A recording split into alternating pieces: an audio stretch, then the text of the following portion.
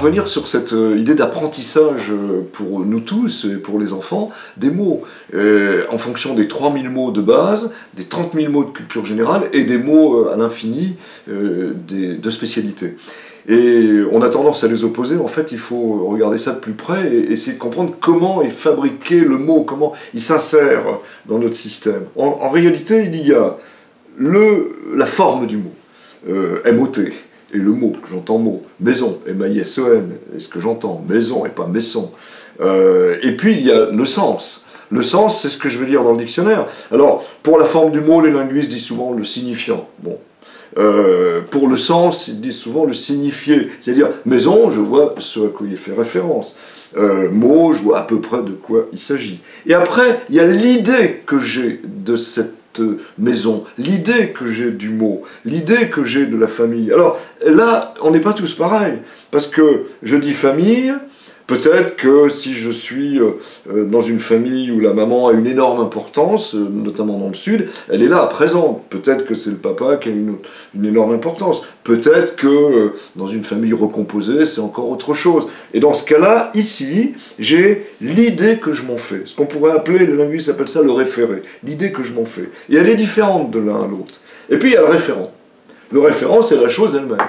Donc la famille, oui. La maison, oui, je vais la dessiner. Mais convenez que, par exemple, si je dis animal, qu'est-ce que je mets comme référent?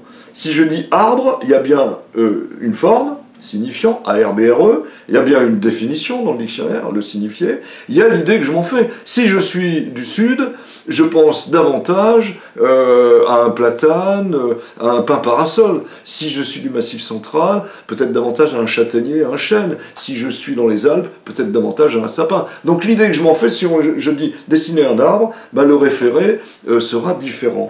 Et le référent, bah, à la limite, il n'y a pas de référent à un mot comme arbre. Il y en a, c'est presque un référent scientifique, je ne peux pas le désigner, sauf si j'évoque cet arbre. Eh bien, là, c'est important parce qu'on s'aperçoit que, selon les mots, ils sont très différenciés. Arbre, c'est une forme très simple. Il fait partie du vocabulaire de base. La définition, elle est très compliquée. C'est difficile de savoir ce qu'est un arbre. Parce qu'il y a des arbres de 3 cm parce qu'ils poussent chaque année un petit peu plus. Et puis l'autre, évidemment, de 50 mètres de haut. Le référé, vous voyez que c'est une idée variable. Et le référent, pour ainsi dire, il n'y en a pas. Donc les mots du vocabulaire de base ne sont pas si faciles que ça à apprendre. On les a, mais on passe une vie parfois à mieux comprendre ce qu'est un arbre, mieux comprendre ce qu'est des mots comme liberté, par exemple. Si je prends un mot maintenant spécifique, clé à tube, ou clé à œil, alors là, il fait partie du vocabulaire spécifique, éloigné. Mais en vérité, il n'est pas érodé par l'usage, et clé à tube, est-ce qu'il est trait d'union, pas trait d'union, il est un peu plus compliqué. Le signifié est très simple. La définition est simple, une clé à tube, on peut même faire un dessin.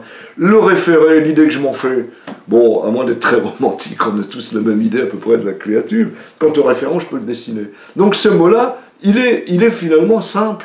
Alors c'est pour ça que les enfants, parfois, on est étonnés, ils retiennent des mots difficiles, qui nous paraissent difficiles, mais qui dans le fond sont assez simples, et certains mots simples, ils les utilisent mal aussi, parce que conceptuellement c'est bien difficile, liberté, bon on passe une vie à essayer de comprendre ce mot-là, comme le mot M-O-T, on ne va pas passer une vie à l'expliquer. Voilà, on a là quelques éléments pour en parler avec peut-être un peu plus de plaisir encore.